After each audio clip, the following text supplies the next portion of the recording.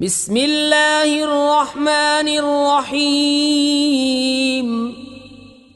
سبح لله ما في السماوات وما في الأرض وهو العزيز الحكيم. السلام عليكم ورحمة الله وبركاته.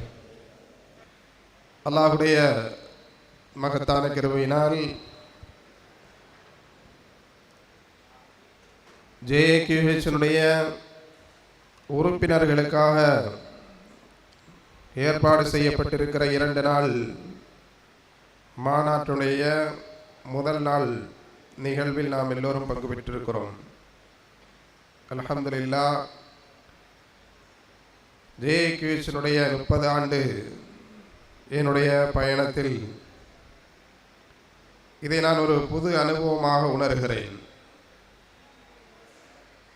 கடந்த காலங்களில் இப்படி ஒரு ஏற்பாடுகள் செய்யப்பட்டதாக என்னுடைய அறிவில் இல்லை.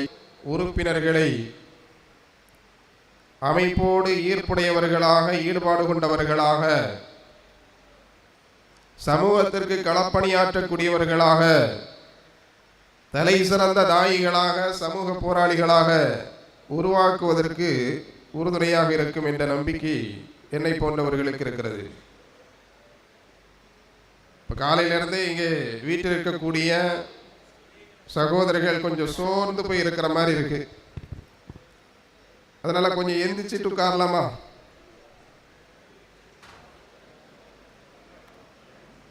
Chit, stand. கொஞ்சம் அப்படி ரொட்டேட் பண்ணுங்க, பாடியை கொஞ்சம் ரொட்டேட் பண்ணுங்க. சிட். ஜஸாக்கல்லாஹ் ஹைரா. மாணவர்கள் சோர்ந்து போகும்போது இந்த மாதிரி செஞ்சு பழக்கம் இருக்கிறதுனால பழக்க தோஷத்தில் சொல்லிட்டா யாரும் தப்பா எடுத்துக்க வேண்டாம். அன்பார்ந்தவர்களே, ஜகாத்தினுடைய முக்கியத்துவம் குறித்து என்னிடம் இங்கே பேசுமாறு பணித்திருக்கிறார்கள். ஜகாத்தை பற்றி நாம் எல்லோரும் அறிந்திருக்கிறோம். அது அடிப்படை கடமைகளில் ஒன்று. இஸ்லாத்தினுடைய 50 தூண்களில் ஒன்றாக எண்ணி சொல்லப்பட்டவை என்பது எல்லோருக்கும் தெரியும். ஜகாத், சதகா. ஜகாத் என்றும் திருமறையில் இருக்கிறது, சதகா என்றும் திருமறையில் இருக்கிறது. சதகாவை பற்றி நாம் அறிந்திருக்கிறோம். பொதுவாக செய்யப்படுகிற எல்லா தர்மங்களுக்கும் சொல்லப்படுகிற பொது பெயர் சதகா. ஜகாத் என்ற குறிப்பு பெயர் தன்னுடைய சொத்தில் உபரியாக ஓராண்டு காலம் நிறைவடையும் அளவிற்கு இஸ்லாம் நிர்ணயித்திருக்கிற அந்த ஒரு நிசாப் இருக்கிறது அல்லவா, 10.5 கிராம், 10.5 பவன், 10.5 பவன், அதாவது 85 கிராம். 85 கிராம் தங்க நகை தன்னுடைய சொத்தில் உபரியாக, தன்னுடைய எல்லா செலவினங்களும் போக, தனக்கு தேவையாக தான் உபயோகிக்கிற எல்லா பொருட்களும் போக, தன்னிடம் ஓராண்டு காலம் அப்படியே இருக்குமானால் அவர் மீது ஜகாத்து கடமை. அதாவது 10.5 பவனில் ஒரு அரை பவன் குறைவாக இருந்தாலும், 85 கிராமில் ஒரு 5 கிராம் குறைவாக இருந்தாலும் அவர் மீது ஜகாத்து கடமை இல்லை. 11 மாத காலம் அவரிடத்தில் 10.5 பவன் இருக்கிறது. ஆனால் 12வது மாதம் நிறைவடைவதற்கு முன்னால் அவரிலிருந்து அதில் ஒரு சின்ன குறை ஏற்பட்டு விட்டால் கூட அவர் மீது ஜகாத்து கடமை இல்லை. இவ்வாறு முறைப்படி தன்னுடைய சொத்தை கணக்கிட்டு, அதுவும் கொடுக்க வேண்டிய 8 வகைராக்களாக திருமறையில் அல்லாஹ் சொல்லுகிற இன்னமஸ் ஸதகாத்து லில் ஃபுகராஇ வல் மசாகின வல் ஆமிலின அலைஹா வல் முஅல்லஃபதி குலூபுஹும் ஃபிர் ரிகாபி வல் காரிமீன வ ஃபீ ஸபீலில்லாஹி வ பினிஸ் ஸபீல் என்று அல்லாஹ் பட்டியலிடுகிற அந்த 8 வகைராக்களுக்கு மாத்திரம் கொடுக்கப்பட வேண்டியதுதான் இந்த ஜகாத் என்பது. இதான் ஜகாத்திற்கும் சதகாவிற்கும் உள்ள வேறுபாடு. ஜகாத் என்ற அடிப்படை கடமையை அல்லாஹ் சதகா என்ற பிரயோகத்திலும் திருமறை குர்ஆனில் சொல்லி காட்டுகிறான். அது ஒரு கட்டாய கடமை என்ற புரிதல் நமக்கு முதலில் வேண்டும். இது எந்த அளவிற்கு கட்டாய கடமை என்றால், அல்லாஹ் திருமறையில் தொழுகையை பற்றி, தொழுகை என்றால் நமக்கு தெரியும் ஐவேளை நிறைவேற்றுகிற ஒரு கடமை, அன்றாடம் நிறைவேற்றுகிற கடமை, ஐவேளை நிறைவேற்றுகிற கடமை. அந்த கடமையோடு அல்லாஹ் ஹஜ்ஜை சேர்த்து சொல்லவில்லை, அந்த கடமையோடு நோன்பை அல்லாஹ் சேர்த்து சொல்லவில்லை, ஜகாத்தை பல இடங்களில் சேர்த்து சொல்லுகிறான். ஏறத்தாழ 50 இடங்களில் அல்லாஹ் தஆலா தொழுகை சொல்லுகிற இடங்களில் எல்லாம் இந்த ஜகாத்தை சொல்லுகிறான் என்று சொன்னால் அது ஜகாத்தினுடைய முக்கியத்துவத்தை நமக்கு எடுத்து காட்டுகிறது. அது ஒன்று போதும். திரும்ப திரும்ப திரும்ப அல்லாஹ் தொழுகையோடு இந்த ஜகாத்தை சேர்த்து சொல்வதிலிருந்து இந்த ஜகாத்தினுடைய முக்கியத்துவம் என்ன என்பது நமக்கு புலப்படுகிறது. அபூபக்கர் சித்தீக் ரலியல்லாஹு அன்ஹு அவர்கள் ஆட்சி பொறுப்பை ஏற்றதற்கு பிறகு நபிகாலத்தில் கொடுத்த அந்த ஒரு ஜகாத்தை கொடுக்க மறுத்தவர்களை பார்த்து சொன்னார்கள் அல்லவா, நபியினுடைய காலங்களில் தொழுகையும் ஜகாத்தையும் ஒருபோல பார்த்தவர்கள் நபியினுடைய இறப்பிற்கு பிறகு இரண்டையும் பிரித்து பார்ப்பார்களே, ஆனால் அவர்களோடு நான் போரிடுவேன் என்று சொன்னார்கள். போரிடவும் செய்தார்கள். ஜகாத்தை தர மறுத்தவர்கள் முர்த்தத்தாக கருதப்பட்டார்கள், காபிர்களாக சமூகங்களில் இனங்காட்டப்பட்டார்கள். என்றால் இந்த ஜகாத் எந்த அளவிற்கு கட்டாய கடமை என்பதை நாம் புரிந்து கொள்ள வேண்டும். அன்புக்குரியவர்களே, அல்லாஹ் உபரியாக தந்திருக்கிற பொருள் அல்ல இருக்கிறதல்லவா, அந்த பொருட்கள் நமக்குரியதல்ல. அல்லாஹ் சொல்லுகிற போதே ஆதூஹும் மிம்மாலில்லாஹி அல்லதி ஆதாக்கும், அல்லாஹ் உங்களுக்கு தந்திருக்கிற அந்த செல்வத்தை அவர்களுக்கு நீங்கள் கொடுத்து விடுங்கள். அது அவர்களுக்குரிய செல்வம், அவர்களுக்கு கொடுக்க வேண்டியது.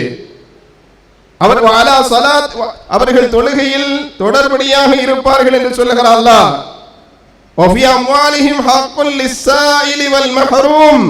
அவருடைய செல்வத்தில் ஒரு பங்கு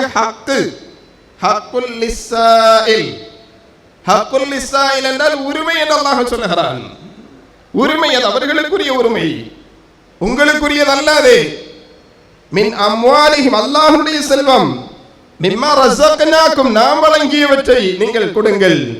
அல்லாஹ் கொடுத்த செல்வம் அவர்களுக்குரியதையும் சேர்த்து உங்களிடத்தில் தந்திருக்கிறான். என்றால் ஒரு பொருளை நாம் ஒருவருக்கு கொடுக்கிற போது இதில் 500 உங்களுக்கு, 200 அவருக்கு, 500 நீங்கள் எடுத்துக் கொள்ளுங்கள், 200 அவருக்கு கொடுத்து விடுங்கள் என்று நான் கொடுத்து அனுப்புகிற போது அவர் 500ஐயும் எடுத்துக் கொள்ளுகிறார், அவரிடம் கொடுக்க சொன்ன 200ஐயும் எடுத்துக் கொள்ளுகிறார். என்றால் இது நாம் எப்படி பார்ப்போம்? இது ஒரு அநியாயம் இல்லையா? ஒரு ஏமாற்று இல்லையா? ஒரு நம்பிக்கை மோசடி இல்லையா? இதே போலத்தான் அல்லாஹ் சொல்லுகிறான், ஹக்குல் லிஸ்ஸாயில், அது சாயிலுக்கு கொடுக்க வேண்டிய உரிமை. அது ஆதுஹும் மின் மாலில்லாஹி அல்லதி ஆதாக்கும், அல்லாஹ் கொடுத்த அல்லாஹ்வுடைய செல்வம், அது அவர்களிடத்தில் கொடுக்க சொல்லி கொடுத்த செல்வம், அது அமானிதமாக உங்களிடத்தில் ஒப்படைத்த செல்வம், அது அவர்களிடத்தில் நீங்கள் கொடுத்து விடுங்கள் என்று அல்லாஹ் சொல்லுகிறான். நமக்கு இருக்கிற செல்வங்கள் அது ஹலாலாக வேண்டும் என்றால் இந்த ஜகாத்தினுடைய நிகுதி என்ன, பங்கு என்ன என்பதை தனியாக பிரிக்காத வரையில் நம்முடைய சொத்தில் சுத்திகரிப்பு என்பது ஏற்படாது. எல்லாம் ஹராமாக மாறிவிடும். خذ من أموالهم صدقة تطهرهم وتزكيهم بها, அவர்களுடைய செல்வத்தில் ஜகாத்தாக எது இருக்கிறதோ ஜகாத்தாக பெறப்பட வேண்டியவற்றை நீங்கள் எடுத்துக் கொள்ளுங்கள். அதன் மூலம் துதஹிருஹும் வதுஸக்கீஹிம், அவர்களை சுத்தப்படுத்துங்கள், அவர்களுடைய செல்வங்களை சுத்தப்படுத்துங்கள். ஆக அவர் கொடுக்கக்கூடியவர்களுடைய பாவங்களை, பாவக்கரைகளை கழுகி சுத்தப்படுத்துவது போல அவர்களுடைய செல்வங்களை கழுகி சுத்தப்படுத்துவதும் அதனுடைய ஒரு நோக்கமாக இருக்கிறது என்பதை நாம் புரிந்து கொள்ள வேண்டும். இல்லாவிட்டால் அந்த சொத்து அங்கே அசுத்தமாக மாறிவிடுகிறது. அதைத்தான் நபிகள் நாயகம் ஸல்லல்லாஹு அலைஹி வஸல்லம் சொன்னார்கள், மா காலதத்திஸ் ஸகாத்து மாலன் கத் இல்லா அஹ்லகதுஹு, ஜகாத்தோடு உன்னுடைய சொத்து கலந்து விடுமானால், ஏழைகளுக்கு, எளியவர்களுக்கு, உரிமைப்பட்டவர்களுக்கு கொடுக்க வேண்டிய சொத்தோடு உன்னுடைய சொத்தில் ஒரு பகுதி கலந்து விடுமையானால், தர வேண்டிய சொத்தை நீங்கள் அவர்களுக்கு தர வேண்டிய முறையில் தரவில்லை என்றால், அதுவும் இதுவும் ஒன்றரை கலந்து விடுமையானால் இல்லா அஹ்லகதுஹு என்று நபிகள் நாயகம் ஸல்லல்லாஹு அலைஹி வஸல்லம் சொன்னார்கள். மொத்த உன்னுடைய சொத்தும் நாசமாகிவிடும். நாசமாகிவிடும் என்றால் என்ன? அதற்கு என்ன விளக்கம் சொல்லுகிறார்கள்? ஷாரிஹ்கள் கொடுக்கக்கூடிய விளக்கம் என்ன? எல்லா சொத்தும் ஹராமாகிவிடும், எல்லா சொத்தும் ஹராமாகிவிடும். எனவே நம்முடைய சொத்துக்கள் எல்லாம் ஹராமாகாமல் இருக்க வேண்டும் என்றால், நமக்குரியதாக ஹலாலாக இருக்க வேண்டும் என்றால், அவர்களுக்குரியதை தனியாக பிரித்து கொடுத்து விட வேண்டும். இல்லை என்றால் எல்லாம் ஹராமாகிவிடும். எல்லாம் ஹராமாகிவிட்டால் அதில் பரக்கத்து இருக்காது. அடுத்ததாக நாம் கொடுக்கிற தர்மத்தை, செல்வத்தை, ஜகாத்தை, அதை அல்லாஹ் பெறுவதாக திருமறை குர்ஆனில் சொல்கிறான். நீங்கள் கொடுப்பது ஃபகீருக்கல்ல.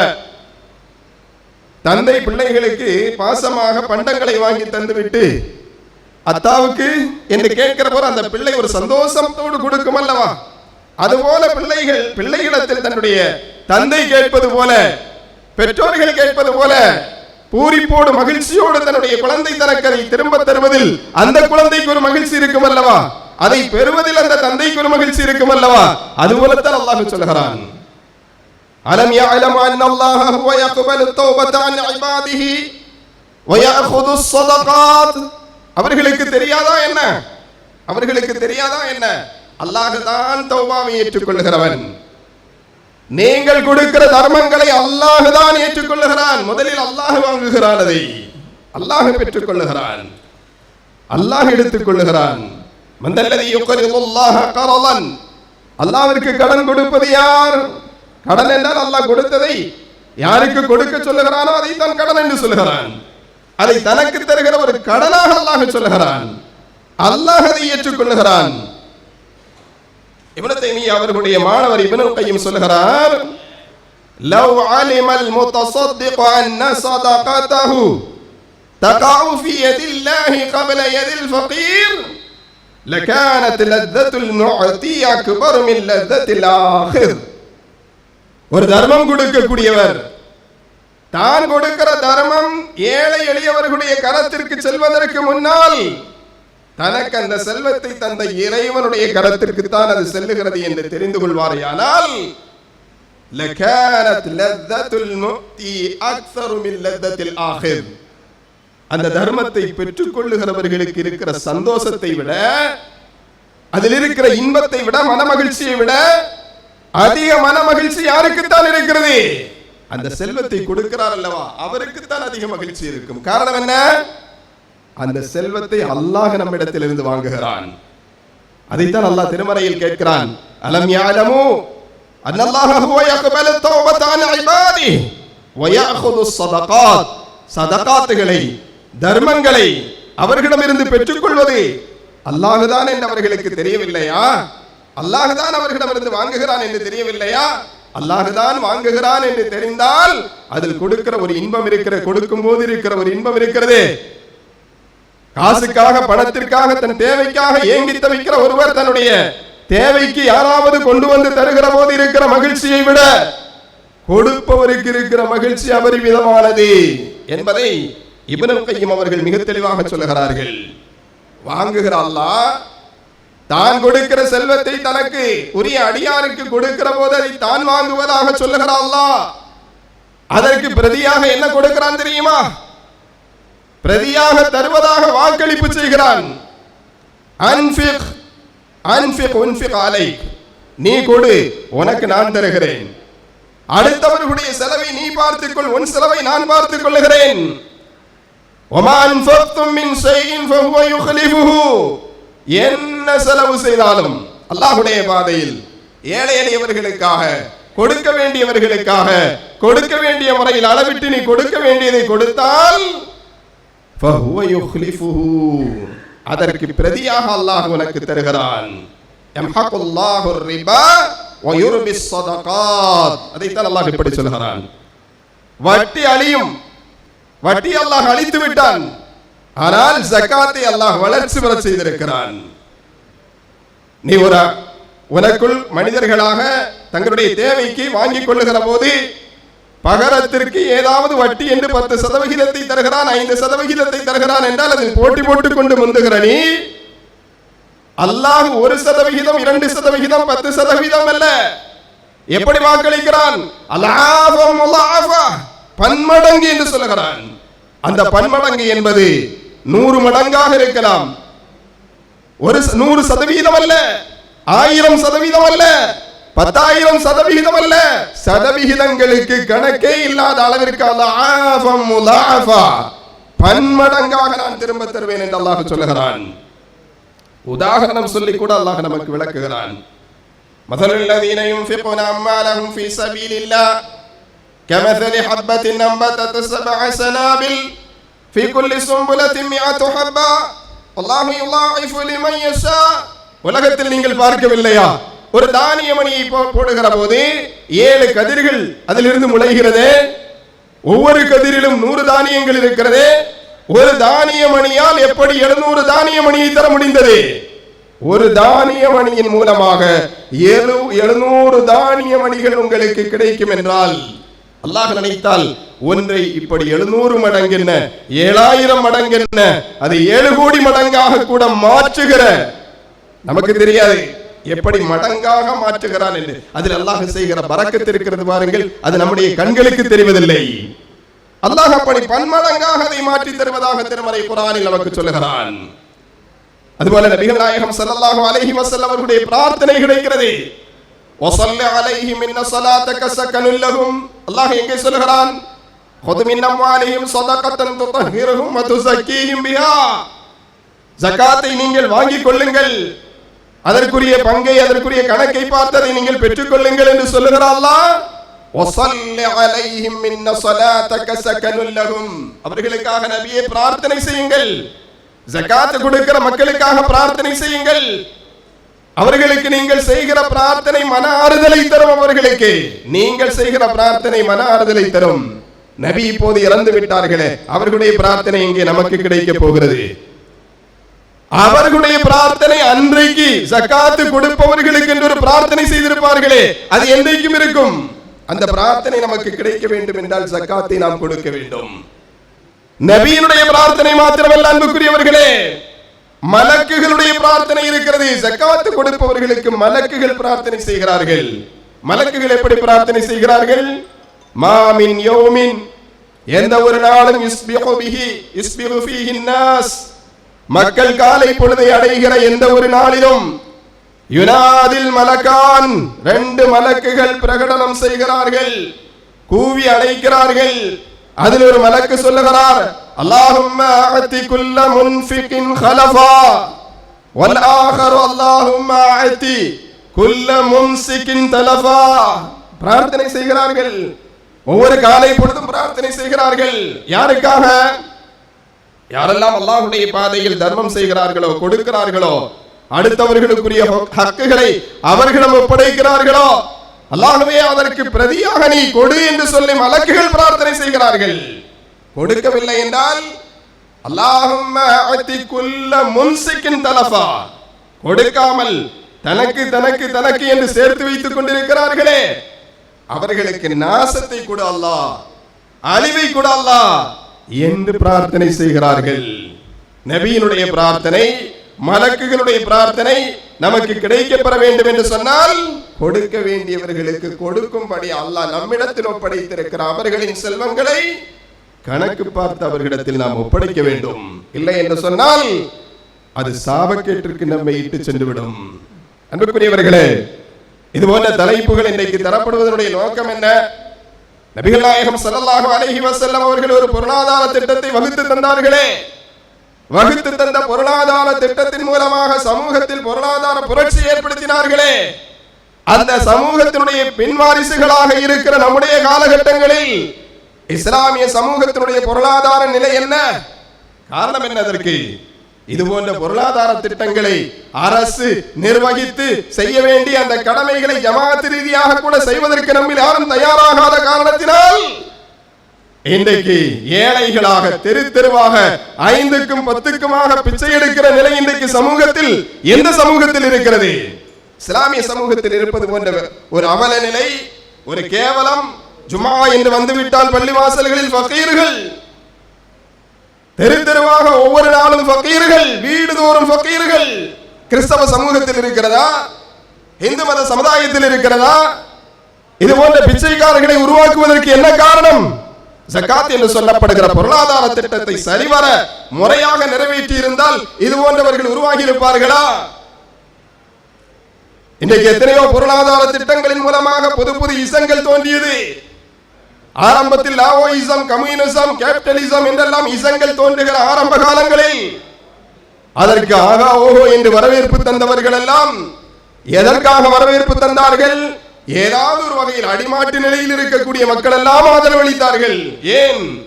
இங்காவது நமக்கு பொருளாதாரத்திற்கு ஒரு நல்ல தீர்வு கிடைக்காதா என்பதற்காகத்தான். ஆனால் பொருளாதாரத்திற்கு நல்ல தீர்வு கிடைப்பது போன்று அவர்கள் புற்றீசல்கள் போல் போய் மோதினார்கள். ஆனால் சுவற்றில் அடித்த பந்தை போல் அவர்கள் திரும்பி விட்டார்கள். காரணம் என்ன? இவர்களுடைய பொருளாதார திட்டத்தால் நம்முடைய பிரச்சனைகளுக்கு தீர்வு இல்லை என்பதை அவர்கள் புரிந்திருக்கிறார்கள். ஆனால் பாருங்கள், நபிகள் நாயகம் ஸல்லல்லாஹு அலைஹி வஸல்லம் அவர்களுடைய அடுத்தடுத்த தலைமுறைகளில் யமன் தேசத்தினுடைய ஜக்காத்தினுடைய பொருள்கள் வசூலிக்கப்பட வேண்டும், அது விநியோகிக்கப்பட வேண்டும் என்ற உத்தரவை உமர் அவர்கள் கடிதத்தின் மூலமாக தெரியப்படுத்துகிற போது, எங்கள் பகுதியில் ஏழைகள் இல்லை, ஜக்காத்தினுடைய பொருள்களை நாங்கள் வசூலித்து வேண்டுமானால் உங்கள் பகுதிக்கு அனுப்பி தருகிறோம் என்று அன்றைய ஆளுநர்கள் பதில் கடிதம் அனுப்பியதும், ஜக்காத்தினுடைய பொருள்களை வசூலித்து அங்கே அனுப்பி வைத்ததும் எப்படிப்பட்ட பொருளாதார புரட்சியை ஏற்படுத்தியது என்பதற்கு சான்றாக இருக்கிறது. இதையெல்லாம் இன்றைக்கு ஜமாத் ரீதியாக கூட நாம் செய்ய தவறியதனுடைய விளைவைத்தான் சச்சார் கமிஷனுடைய அறிக்கை சொல்லுகிறது, ரங்கநாத் மிஸ்ராவுடைய அறிக்கை சொல்லுகிறது. நாய்க்கும் கழுதைக்கும் கூட அன்றாட உணவுக்கு எந்த பஞ்சமும் இந்திய நாட்டில் இல்லை. ஆனால் சரி,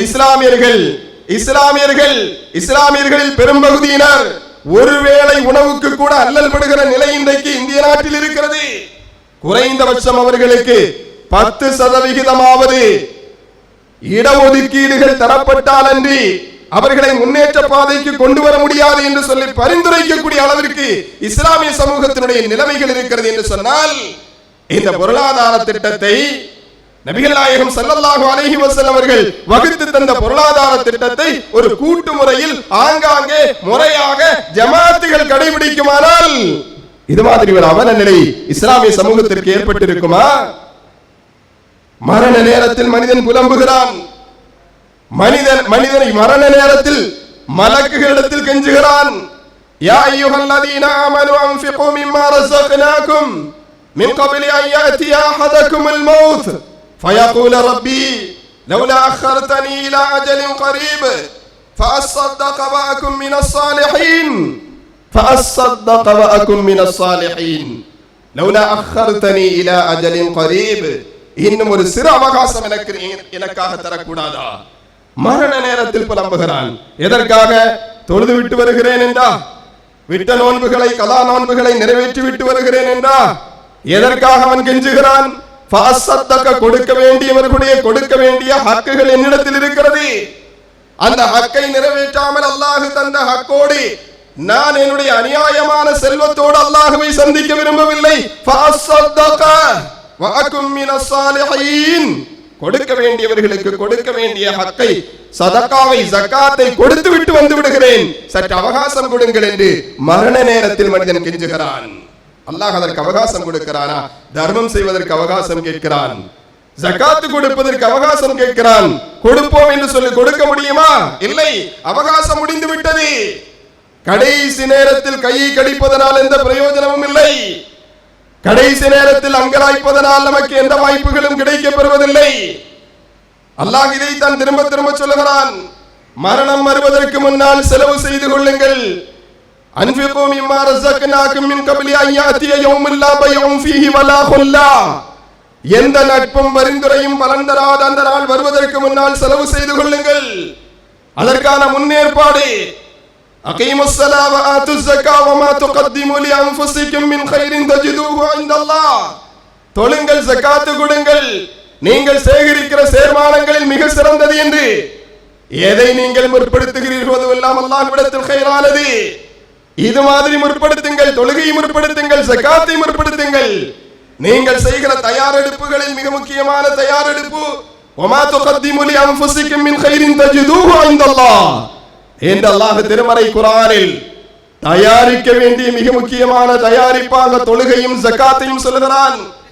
இதுபோன்று ஜகாத்தினுடைய சிறப்புகளை மாத்திரம் சொல்வதாக இருந்தால், அன்புக்குரியவர்களே, தர்மத்தினுடைய சிறப்புகளை மாத்திரம் சொல்வதாக இருந்தால், அள்ளி வழங்குவதனுடைய சிறப்புகளை சொல்வதாக இருந்தால், இத்தனை விஷயங்கள் இன்னும் சொல்வதற்கு நேர பற்றாக்குறை இருப்பதனால் நான் சுருக்கிக் கொள்ளுகிறேன். சொல்ல வேண்டிய விஷயங்கள் ஏராளம் இருக்கிறது. ஜகாத்தினுடைய முக்கியத்துவத்தை, கொடுப்பதனுடைய முக்கியத்துவத்தை அதை மாத்திரம் சொல்லுங்கள் என்று சொன்னதனால் அந்த விஷயத்திற்குள் நாம் இருக்கிறோம்.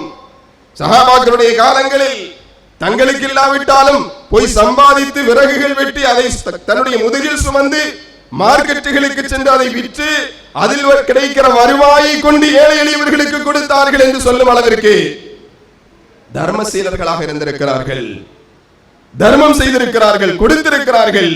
என்றால் இன்றைக்கு செல்வந்தர்களாக இருக்கக்கூடியவர்கள் தனக்கு தந்தது, தனக்குரியது, தான் சம்பாதித்தது, தன் திறமையால் தனக்கு கிடைத்தது என்ற இருமாப்போடு அவைகளை அனுபவித்துக் கொண்டிருக்கக்கூடியவர்கள் சிந்திக்க வேண்டும். அல்லாஹ் பரக்கத்து செய்யவில்லை என்றால், ஒரு சிறு நோய் வந்து விட்டால், தீரா வியாதிக்கு ஆளாகிவிட்டால், அதிலிருந்து விடுபடுவதற்காக லட்சங்கள் செலவழித்தாக வேண்டும் என்ற நிலை வந்தால், இல்லை இல்லை அதற்காக நான் செலவழிக்க தயாரில்லை என்று சொல்லி அதை நாம் கருமித்தனம் செய்வோமா? அல்லாஹ்வுடைய பாதையில் கொடுக்க வேண்டும் அன்புக்குரியவர்களே. அதை கூட்டு முயற்சியாக கொடுப்பதில் பல நன்மைகள் இருக்கிறது. தனித்தனியாக செய்கிற போது, தனித்தனியாக ஒரே இடத்தில் போய் குவியதற்கு வாய்ப்பு இருக்கிறது. அதே கூட்டு முயற்சியாக செய்வதற்கு பலருக்கும் பரவலாக போய் கிடைப்பதற்கு வாய்ப்புகள் இருக்கிறது. கூட்டு முயற்சியாக ஒரு சிலருடைய தன்னுடைய பகுதியில் வாழ் மக்களுடைய வாழ்க்கை நிலையை முன்னேற்றத்திற்கு கொண்டு செல்கிற போது அவரே ஜக்காத்து கொடுக்கக்கூடிய ஒரு நிலைக்கு அடுத்த ஆண்டே மாறலாம். எனவே ஜக்காத் என்பது சாதாரணமான ஒரு திட்டம் அல்ல. பைத்துல் மாலை எப்படி நாம் இழந்தோமோ அதுபோலத்தான் இன்றைக்கு பைத்துல் ஜக்காத்தையும் இழந்து நிற்கிறோம். பைத்துல் மாலினால் வக்ஃபினுடைய சொத்துக்கள் எல்லாம் இன்றைக்கு கைவிட்டு போகிறது. இன்னும் இந்த சமூகம் பாதிப்புக்குள்ளாகக்கூடிய பல்வேறு சவால்களை எதிர்நோக்கியவர்களாக நாம் இருந்து கொண்டிருக்கிறோம். அல்லாஹ் ஜல்ல ஷானஹு வ தஆலா இது போன்ற சங்கமங்களின் மூலமாக, இது போன்ற கூட்டமைப்புகளின் மூலமாக, கூட்டு முயற்சிகளின் மூலமாக, பிரச்சாரங்களின் மூலமாக ஜகாத் எந்த வகையில் சமூகத்தில் அது நடைமுறைப்படுத்தப்பட்டதோ, அதனால் என்ன புரட்சி, பொருளாதார புரட்சி இஸ்லாம் ஏற்படுத்தியதோ அப்படி ஒரு நல்ல மாற்றத்திற்கு வித்திடக்கூடியவர்களாக நாம் எல்லோரும் மாற வேண்டும். வல்ல அல்லாஹ் அதற்கு அருள் செய்ய வேண்டும். இந்த நல்ல முயற்சிக்கு பின்னால் யாரெல்லாம் ஒத்துழைப்பு செய்கிறார்களோ அனைத்து நல்ல உள்ளங்களுக்கும் நன்றி கூறி, வாய்ப்புக்கு நன்றி கூறி விடைபெறுகிறேன். ரப்பனா ஆத்தினா ஃபித் துன்யா ஹஸனா ஃபில் ஆখিরাতি ஹஸனத்தம் வ கினா அஸாபன் நார்.